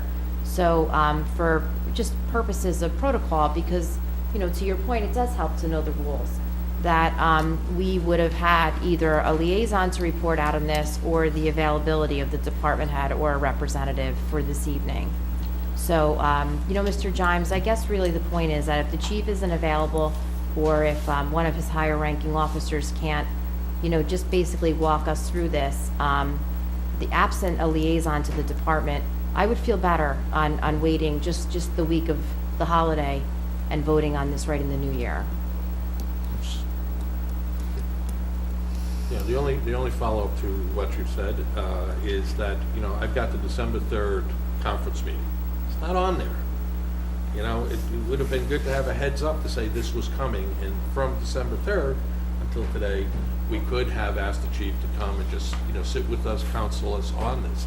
I don't think, I'm not saying no to this. Okay? And just to get one last point, not trying to be antagonistic to anybody here, it's a lot of money. There's no urgency for it. I'm not sure what this does. I see video monitoring equipment, Mr. Giants. I see portable. I don't know what it does. I'm happy that Councilman Vestine really has a thorough understanding of this. Maybe he can help in the presentation when it's done. But I got to tell you something. I don't think we've discussed this 3 times. And all I'm saying is that it might warrant having the chief of police here. Well, it's to address that, I can address, generally speaking, what it does. The monitoring system is going to be a series of flat screen televisions that are coordinated with the dispatch. So when the emergency team, whether it's OEM, myself, emergency fire, are sitting down in that room, we're able to see what's going on around town, not via cameras, unless for some reason that was ever installed, but through GIS systems, through the dispatch system, through actually a potential technological advance in DPW equipment where we could see where different people are located. So basically, it's going to be a series of screens that are going to be connected with our dispatch. Similar to the 911, it's essentially like having a 911 system down there, that in the event the building power goes out, that portable 911 system can be moved to anywhere there's an internet capability. As far as the conference meeting, I would have happily put it on the conference meeting of last meeting, but there really is no precedent that we've ever discussed a capital ordinance that's already been approved on a conference meeting. So that's why it wasn't on a conference meeting. But prior to you coming on board, and with the past, manager, albeit, short-lived management, this did come up. And I believe it even came up under the prior manager's watch, which was to say, okay, we had been looking at using the county as a potentially shared service county dispatch. And prior manager said that 70% of this cost, because one of my concerns was having your own high-tech dispatch, is that, there's an infrastructure cost that has to be maintained here. And there are things that are changing by statute, by mandate, okay, in terms of, what dispatch is to be, how it's to operate. And a lot of this was redundant to what a potential opportunity to try to save some money with the county was. I'm not sure, and I don't want to segue into, a whole nother discussion, but I think it would be good to better understand this one more time, and that I would encourage some of my council members, once understanding it, to maybe avail themselves of what the county does provide. We pay a lot of money to the county. 17.5% of our tax dollars goes there. Here was an opportunity to potentially save some money, and we were told it wasn't necessary, we could do it better, we have what it takes. Well, now we have $114,000 worth of what it takes. So, again, no one's here looking to kill this. Public safety is number one. Just a little more discussion. Mayor, I don't know that from the response that I heard from Mr. Jimes, that this has necessarily anything, and I could be wrong, anything to do with where our current dispatch services are. I don't know, is it? I'll just share with that what I heard last time, and this seems, and I'm not sure, Okay. but it was that, one of the things the county was able to do is to show you where every police car was, where everybody was at any given point, right? Mr. Yes, Giles? that's true, Okay? and- Which somewhat resembles some of the things that potentially would be doing here. I just want to get clarification. No, that's fine, yeah, that's fine, but that's true, but that doesn't, if the other 60-some-odd thousand was being used, we might be upgrading some of the dispatch that we have. We're not doing that at this point. So some of those things that the county may have, if we were ever to go that route, wouldn't negate the need for having this OEM room with the screens and a potential portable 911 system. Those things would still be needed. The other things that we're not using, to your point, are very valid. If I came in here, or if the chief came in here and recommended using the other 60 to upgrade the dispatch system, then we might say, time out, let's have a discussion and see where that goes. But you know what, but the fact is, we've asked enough questions on this, less than we've asked on the $14,650 procurement. So, Can I offer a suggestion? One of the things that I really would like to see in a new year is an update as far as where we are, as far as emergency management. What has been done differently, what plans we have, Isn't what that steps. what this is? But since we're all being so civil Yeah, tonight, why I'm don't sure we that let you'll her let me finish, please? finish my thought. So, my question was, obviously, our emergency management coordinator, our police chief, would be the best person to give us that presentation. If we could schedule that as early as the year as possible, we could then have a conversation about what exactly the $114,000 is, and we could have both issues addressed that night. With this way, he's not inconvenienced, 2 times, and the council could really have an understanding. I haven't seen the emergency management facilities downstairs. I would really like to. I, as a member of the council, was not a liaison to that department. I didn't know that that was an option. So if we could do that, that would be fabulous. And then have the presentation. I'm sure the public would, be very assured by the progress that's been made. And then we could get some of this information that we would need. So with that in mind, We go back to the fact that we voted on this more than once. We discussed this. They are executing on a capital budget that was already approved, and now we are going to micromanage, which is not the purview of this council, the choices that they have made, simply because we didn't take the time to get the information prior to the meeting.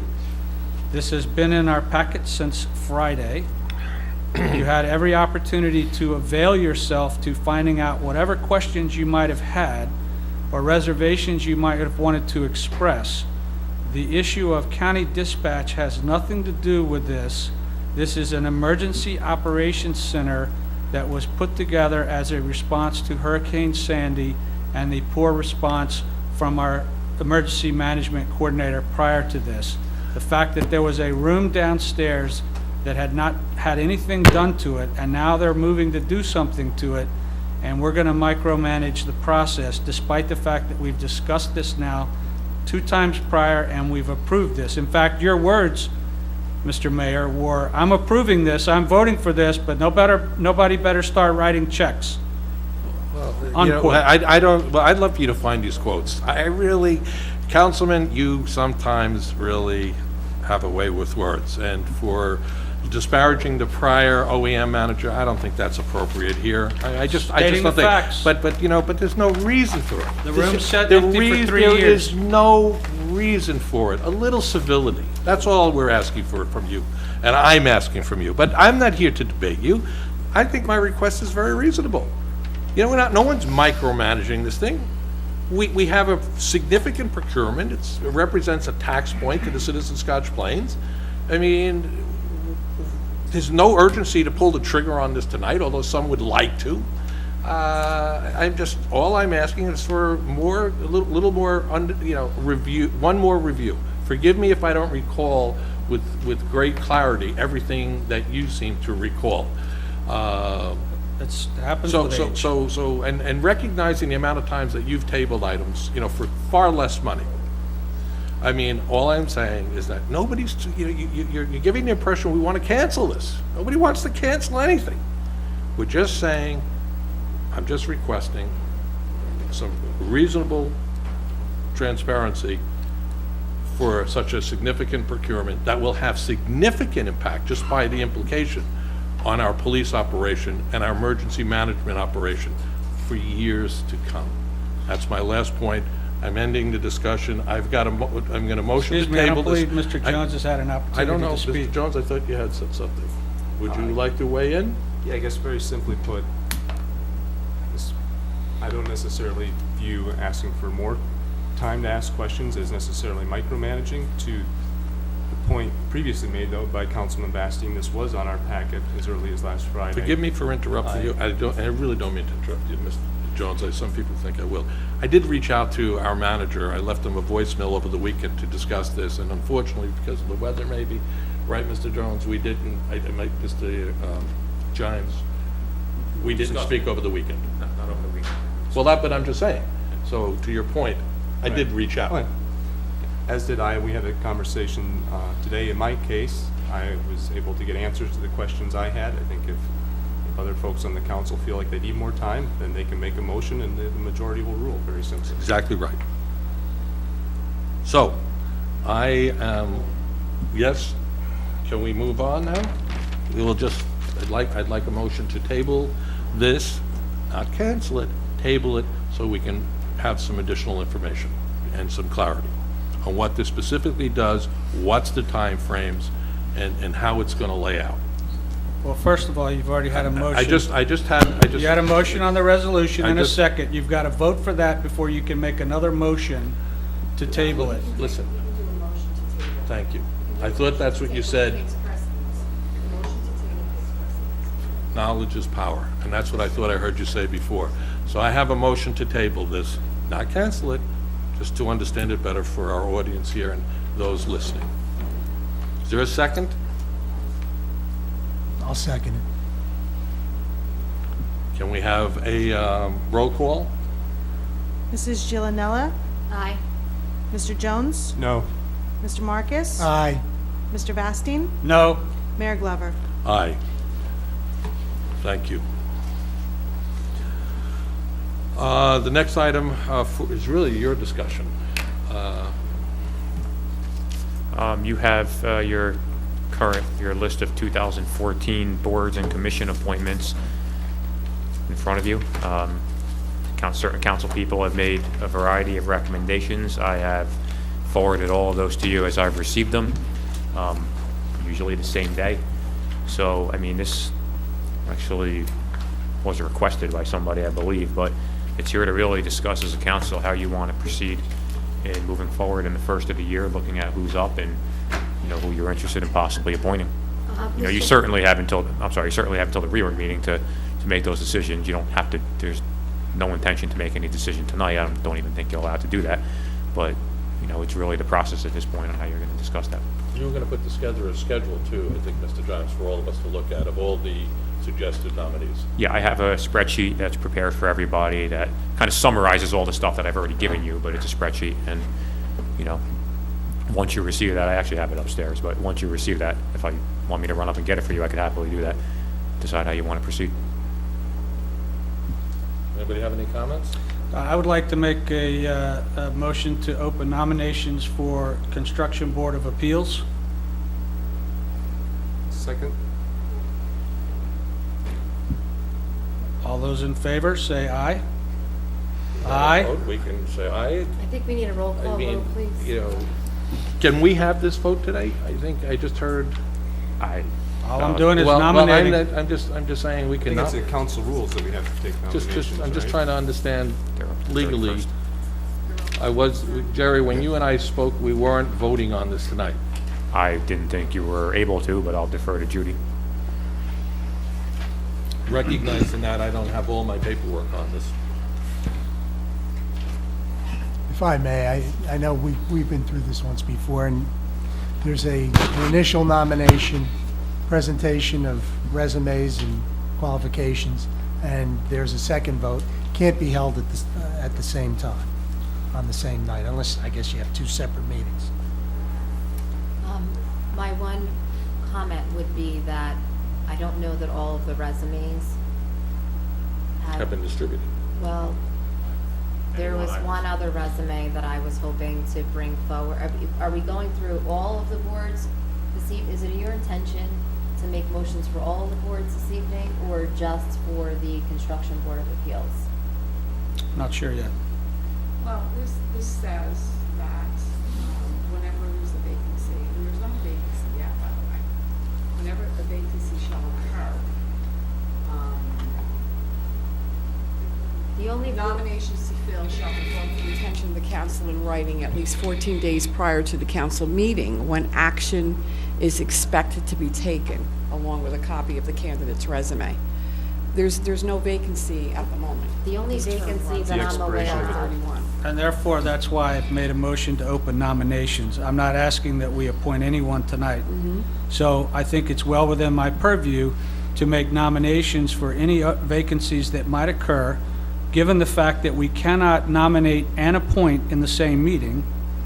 I could have made a nomination 6 months ago, period. Can I just ask? So I have made a motion, I have a second, to open nominations for the Construction Board of Appeals.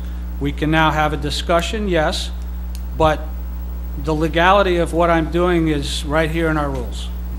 Can I just ask a question? From the rules, what I'm hearing you say is that the nominations are to be made in writing. Right. Would an email be sufficient to be, does an email notice to the manager, is that sufficient making a nomination in writing? Yes. Because I believe we've all done that. Yeah, well, I mean, assuming that it's all disseminated to the council. And they have been, so, Bo, I'm not really understanding why you're doing this tonight. If we've made the nominations and they've been made in writing, and they're, we're within the rules. I'm making a formal nomination of But people to boards. Can I ask you a question? Why? Why are you doing this? We've already made the nominations and they've gone out.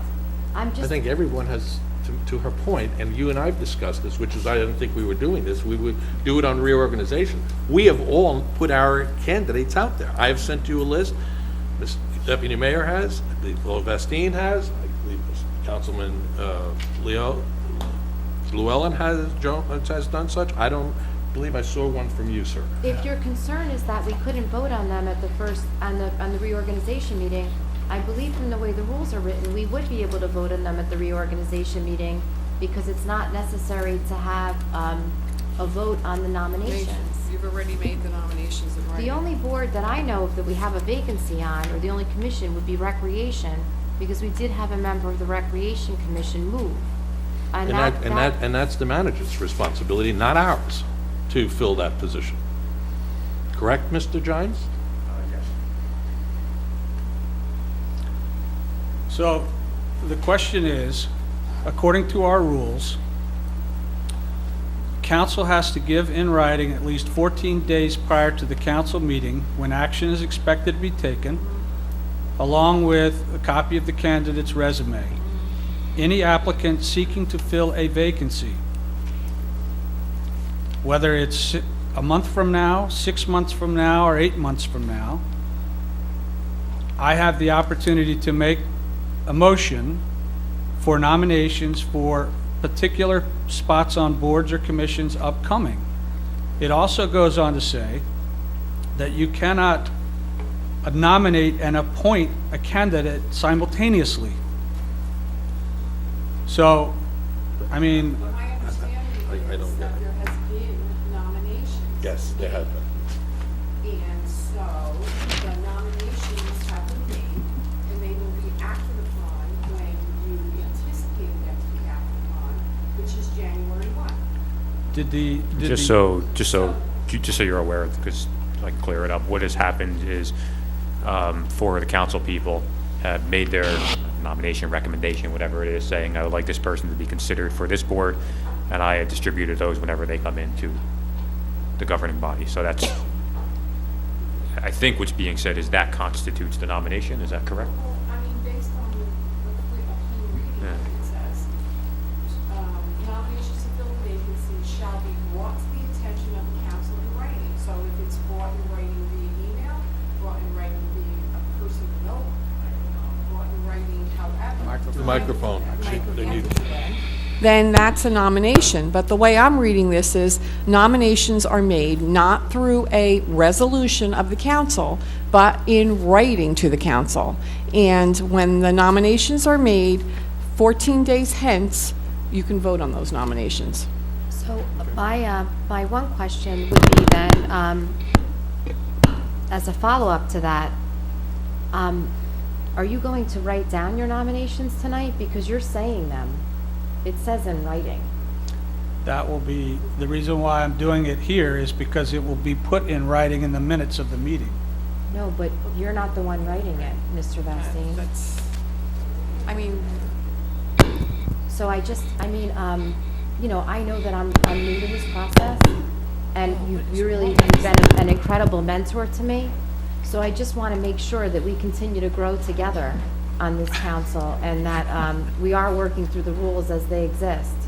Yes. Yes. So, you can't make this stuff up. So, we've given our nominations. Has Mr. Vastine given his nominations in writing and submitted his resumes? Fine.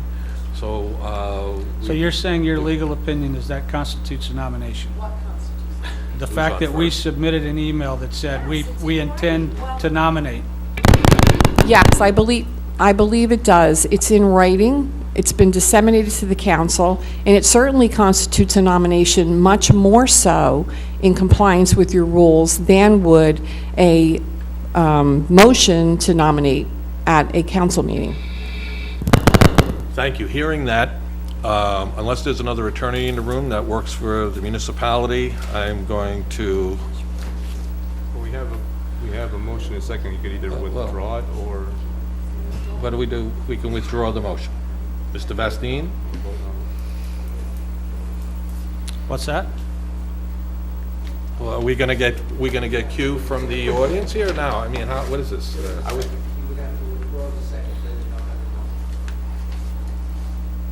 Legally speaking, I think you're supposed to withdraw the moment. If you're Well, following. if our township attorney is telling me that by law, You can't make this up. these emails, excuse me, if you would mind holding No, your please. comments. Go ahead, Mr. Vastine.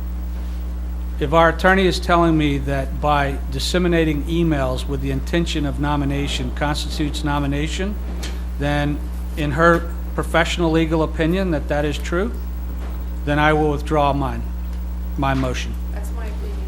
yeah, that's what I understood her opinion to be. Absolutely. Well, that's good. So, to be continued, I gather.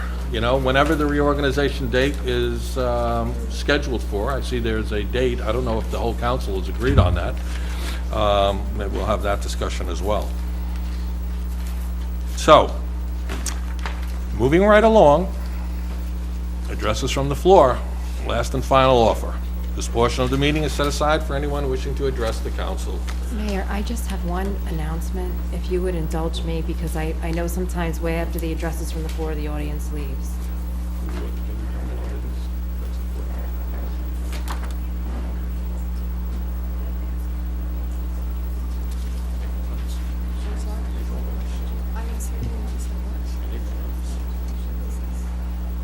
Okay, let's do this briefly. Go ahead, please.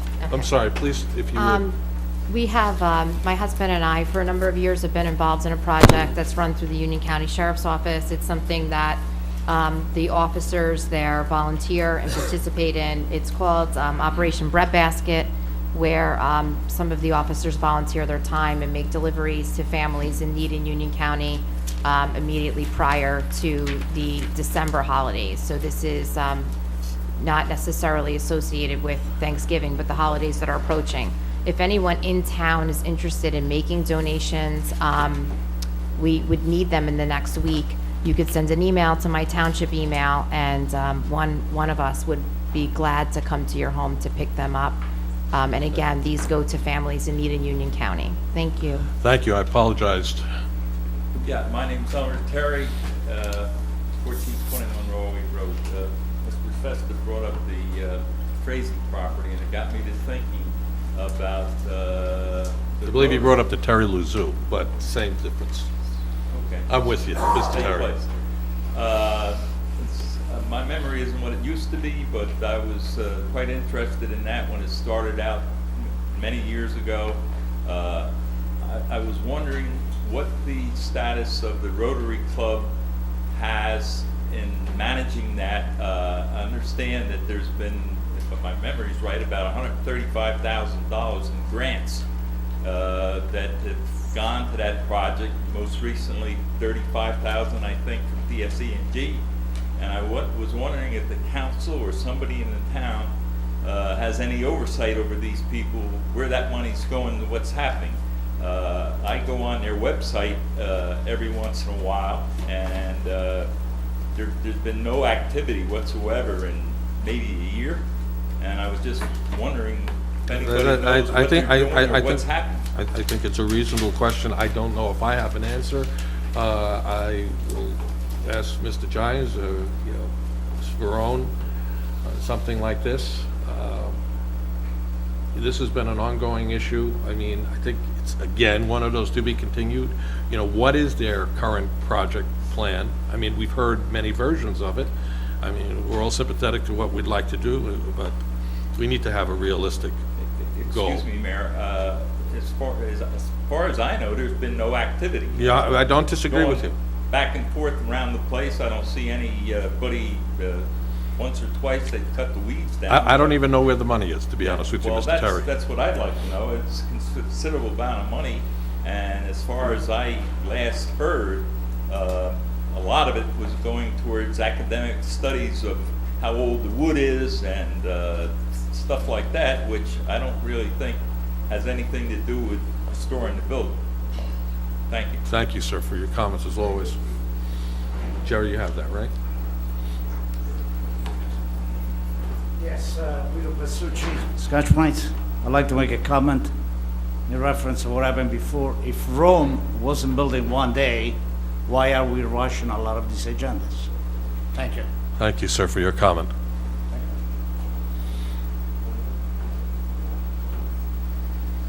Okay, seeing no one coming to the microphone, you've heard some reference to before that we're going to celebrate a couple of holidays coming up. Christmas, New Year's, Kwanzaa. Happy holidays to everybody. We'll be back with you on January 1st. God bless you all and your families from this entire council and from all the employees of the workers of Scotch Plains. Thank you. Oh, now that we've finished, we're going to open up for phone calls. Ms. Pappen likes that in particular. If you have a question of this council, the number to dial is 322-2076. That number again in New Jersey is 322-2076. We'll stick around for a few minutes and then we're going to move to retire into executive session.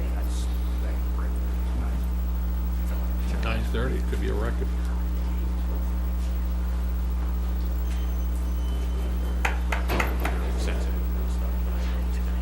Bonnie, make an executive call. We good? 3, 2, 1. Ms. Lucina, can you read the executive session resolution, please? Can you read the executive session resolution, please? Yes. Whereas Article 6 of the Open Public Meetings Act provides that a public body may hold a closed session, and whereas the Township Council will during this meeting enter into discussion of the following matter. Contract negotiations for professional service agreements, whereas the matters to be discussed in closed session are to remain in the strictest of confidence by all Township Council matters in furtherance of their fiduciary duties to the Township of Scotch Plains. Now therefore be it resolved, matters discussed at this meeting will be released to the public when the reasons for discussing and acting upon them in closed session no longer exist. Can I have a motion to retire into executive session? So moved. Is there a second? Second. All those in favor? Aye. Okay, well, I guess we'll move upstairs. Well, good. I'm glad you did.